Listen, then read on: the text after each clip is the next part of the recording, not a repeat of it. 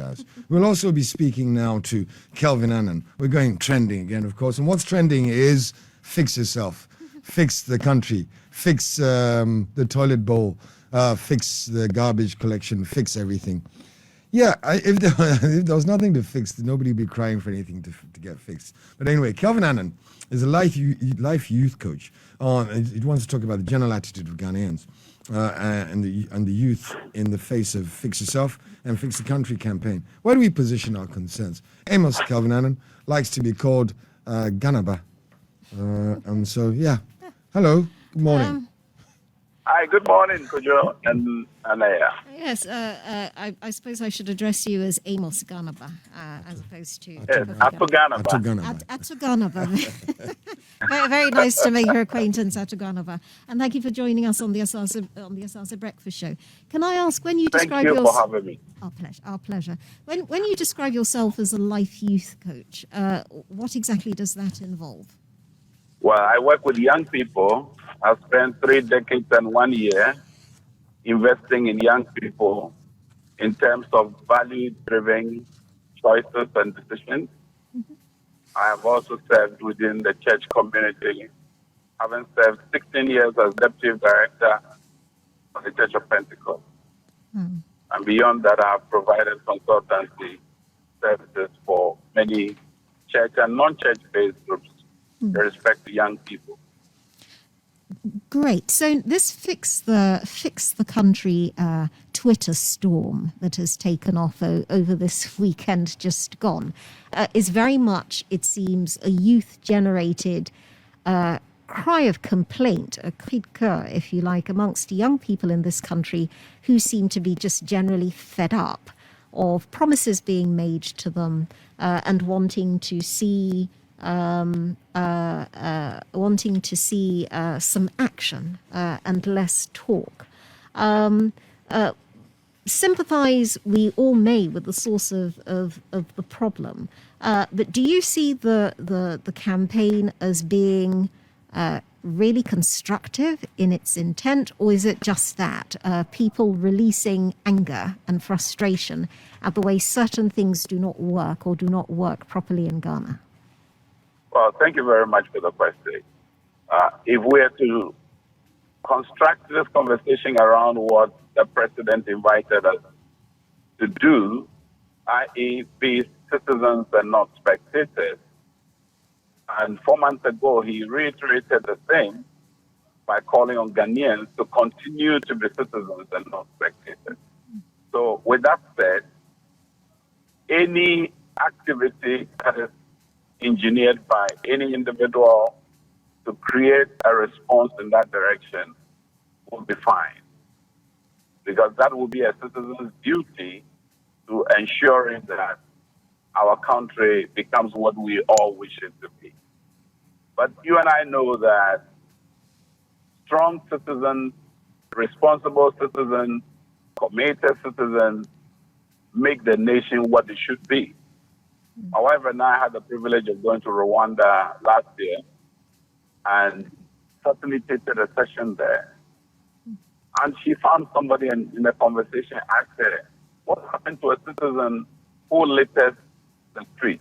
And the gentleman's response was, no citizen of Rwanda will litter the street.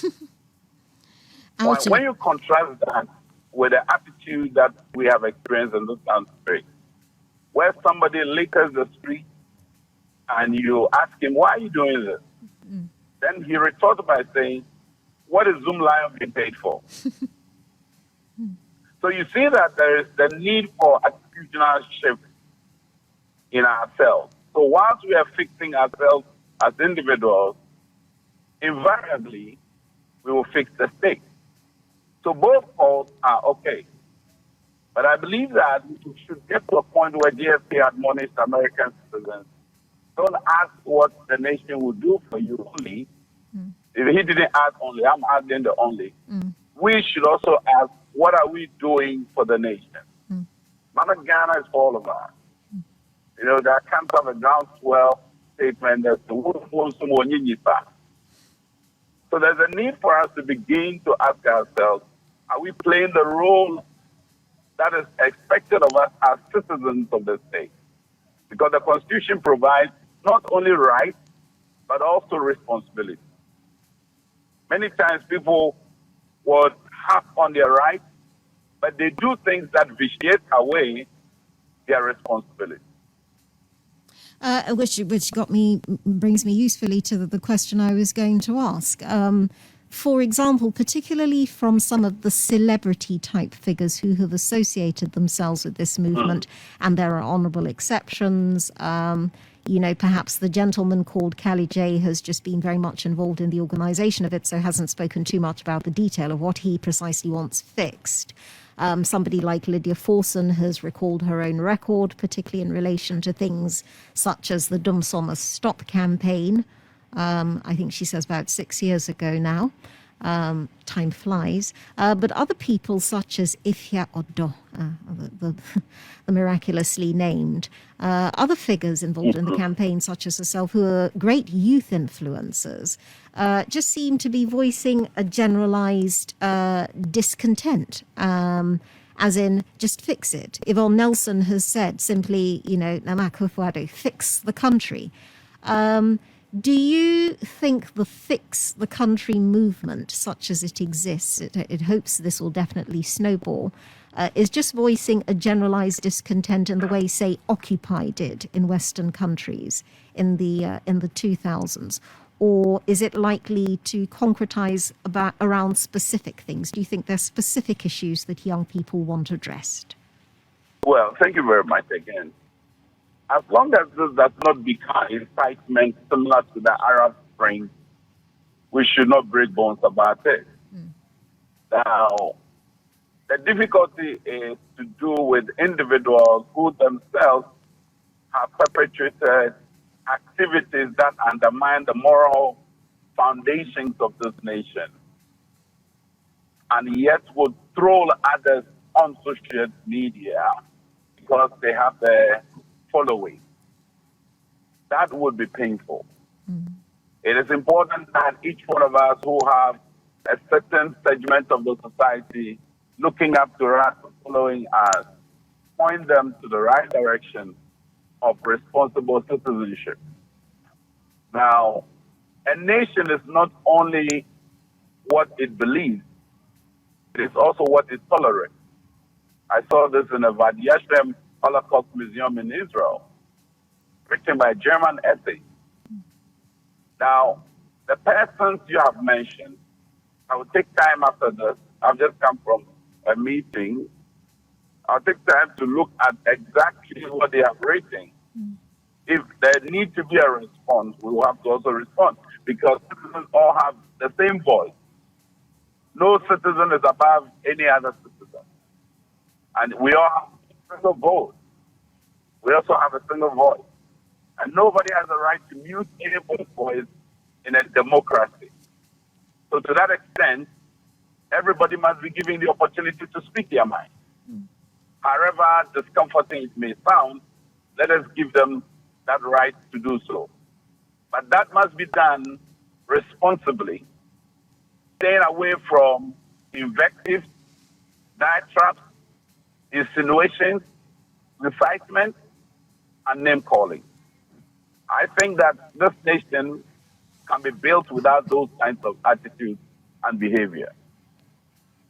The danger, of course, in this Twitter storm, or this Twitter campaign, is that it will degenerate into a very partisan and polarized argument, or perhaps one even polarized along generational lines. Again, this is very much a youth-oriented campaign, and so far doesn't seem to have particularly involved people of the older generation.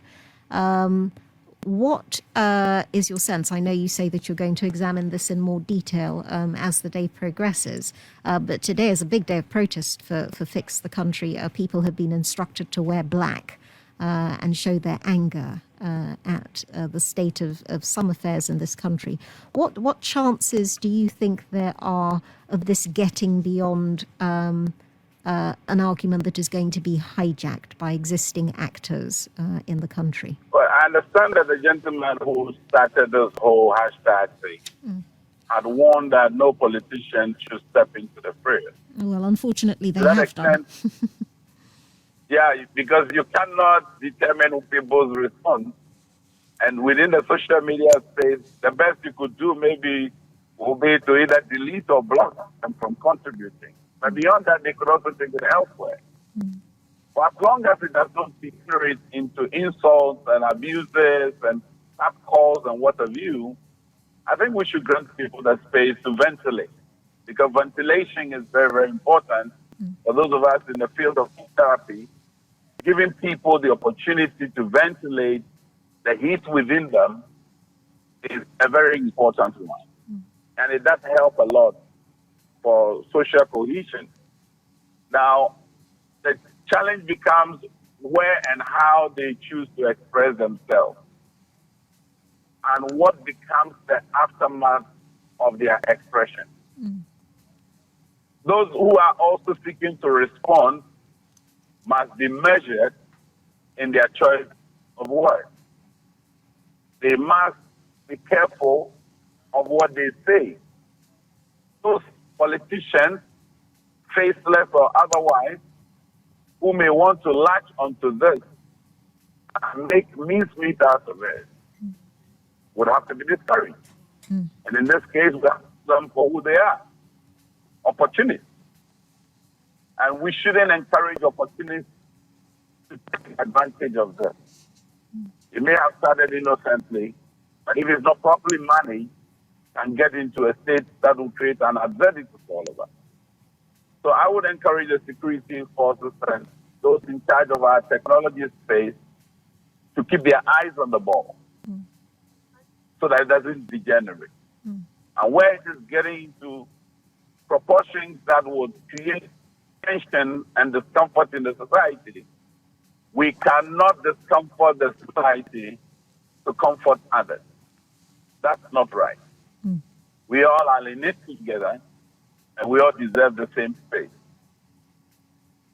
Well, thank you very much, Atoganaba, Yes. a famous Kelvin-Annan. Thank you Yes. very much for joining us on the Asasa Breakfast Show and offering us. It's indeed my honor, and this is my first time on your network And we in terms of a phone interview. And we really hope we'll be hearing more of you in future, giving us the view of youth. I will. And I pledge myself to Ghana, my motherland. thank you so much. We hope people will take Thank you up for your spirit of patriotism and perhaps turn the Fix the Country campaign into something in which we can all take pleasure. Thank you.